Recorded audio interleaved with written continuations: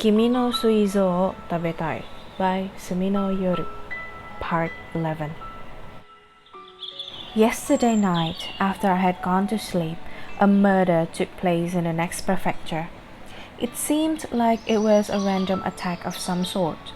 Of course, it was all over TV in the morning. That's why I thought the case would have been a hot topic at school as well, even though our examinations were starting today. But for my class at least, neither the case nor the tests were the focus of everyone's discussions. To my annoyance, I found them buzzing about yet another topic instead.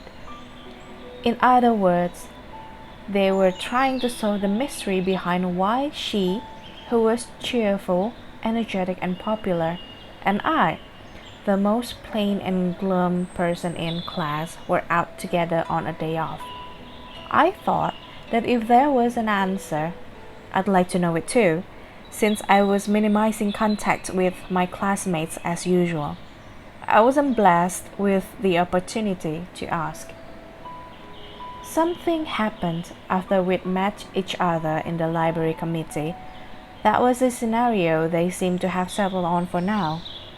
I had hoped to be left out of their fantastic denouement, but outspoken girls with the courage to do unnecessary things went to ask her directly with loud voices. And in response to that unnecessary action, she unnecessarily said something unnecessary. We get along well. I recognized that my classmates were all focused on me, so just in case, I paid more attention than usual to their conversation, which was also why I heard her endlessly unnecessary statement. I felt my classmates' stares shifting to me after her proclamation. Of course, I pretended not to notice them. Every time we completed a test, my almost silent classmates would throw me glances, wordlessly casting me within the shadows of their doubt and bafflement. But as always, I just continued to ignore them. An instance in which I could no longer avoid involvement came just once, at the end of the third hour, but even that was quickly resolved. One of the girls that questioned her earlier, with neither reservations nor consideration, trotted over and started talking to me. Hey, plain classmate-kun, do you get along with Sakura? I thought that she must have been a good person for having asked that. The reason for such was that my other classmates were all observing us from a distance, both before and right now. They must have made use of her easygoing personality and sent her to the front lines. I sympathized with my classmate, whose exact name I was unable to recall, and gave her an answer. Not particularly. We just happened to meet yesterday. Having heard and received my words, the kind and honest girl said, "Got it," as she returned to the coterie of other classmates. I didn't hesitate to lie in times like this, since I had to protect myself as well as guard her secret. It couldn't be helped.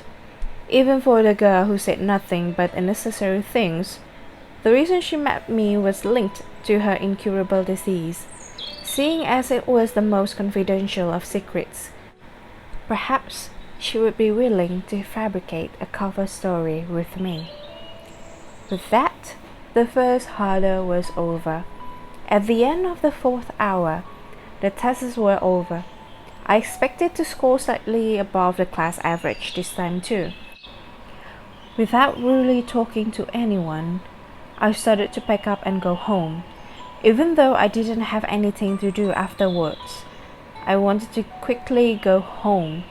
While thinking about such things, I was about to leave the classroom when a loud voice stopped me. Wait! Affable classmate-kun! I turned around and saw her.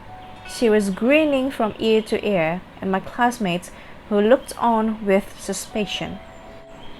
The truth was that I wanted to ignore both parties, But since it couldn't be helped, I ignored the letter and waited for the girl that was walking over. We need to head over to the library for a bit. It seems we have work. For some reason, her words managed to disperse the tension in the classroom's air.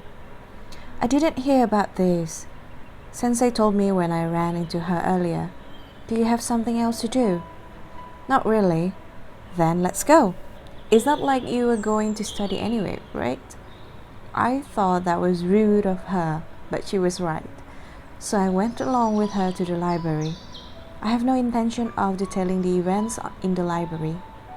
So to put it briefly, she had told a lie that involved conspiring with the library teacher in charge, even though there was no need to. There wasn't any work to be done. I earnestly inquired Sensei about our duties, but she and Sensei just laughed at me, who they had summoned. Despite my immediate attempts to return home, Sensei apologized as he brought out tea and tea cakes. Out of consideration for the food, I forgave them. After a short tea break, we were evicted from the library as it was closing early today. Having reached this stage, I asked for the first time why she had told that meaningless lie. I was sure she must have had a good reason. Not really. I just like being mischievous, you know. This girl! I wanted to say it out loud as we made our way to the shoe lockers, but that probably have been playing into the hands of someone up to mischief.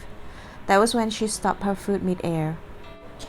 She jumped lightly over my foot. Her eyebrows were raised and she was making a face that showed her heartfelt displeasure. It'd be good if you someday get punished like the boy who cried wolf. You see, the gods are properly watching stuff like how my pancreas is giving up, so don't you lie now. Though there also is a rule that says you can't tell meaningless lies just because your pancreas is giving up. Eh? Is that so? I didn't know. By the way, has affable classmate Kun had lunch yet? There's no way I'd have been able to eat. I did get dragged away by you out of the blue. To the best of my ability, I tried to make my annoyance apparent through my voice. With that, we had reached the shoe lockers. What are you going to do? I'll buy something to eat from the supermarket and head home. If you don't have anything ready right now, then let's go eat together.